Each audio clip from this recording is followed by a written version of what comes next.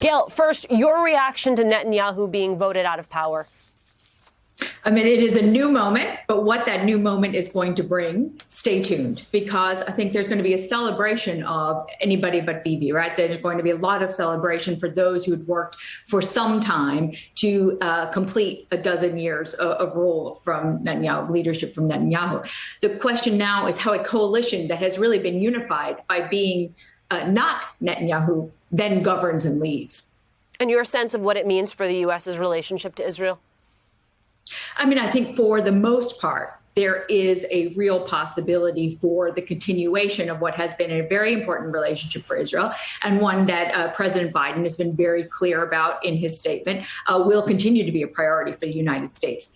The question is, you now have a much more diverse ruling coalition there in Israel, and what that means for actual government. What does that mean for actual governance? I think we will wait to see.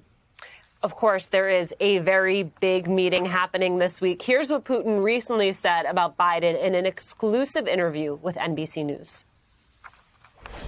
We have a bilateral relationship that has deteriorated to its lowest point in recent years. Former U.S. President, Mr. Trump, is an extraordinary individual, talented individual. President Biden, of course, is radically different from Trump. It is my great hope that, yes, there are some advantages, some disadvantages.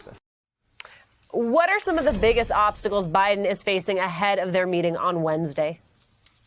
I mean, I think you have a lot of questions around Ukraine, a lot of questions around cyber, right? I mean, I think one of the big messages that Biden will send to Putin is that America is not one cyber yard sale for the Russians to really pursue and attack. And I think that has been a real issue for this administration, not to mention what it sees as a period of strategic competition, right? You talk about the G7. The two countries that were not in the room that occupied a great deal of attention and imagination were China and Russia. And this meeting with Putin, you know, watch to see what they talk about afterward, right? If they're talking about human rights and Navalny, I think you will see that it didn't go very well. And I think you will also wait to see whether there are things they can agree on, such as opening cross-border areas for relief in Syria.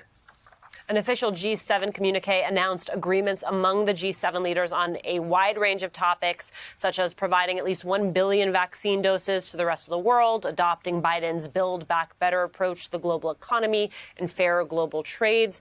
On climate, there was agreement to create more jobs and cut carbon emissions, and they also addressed ransomware attacks and China.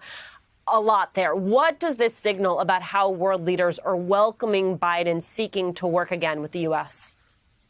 So the G7 was about COVID, it was about climate, and it was also about continued relevance. How do you really create this organization that was born in the 1970s into an organization that's relevant in 2021? And President Biden talked about America being back and being back at the table. The question is exactly who's following, because while everybody can sit around the table and have a really wonderful family photo, all the divisions within the family, like your family and my family, get papered over. And this really is a clear division between those on the one side supporting Belt and Road, which is China's real, now started in 2013 program, and the now American-led G7-led, in theory, Build Back Better for the world.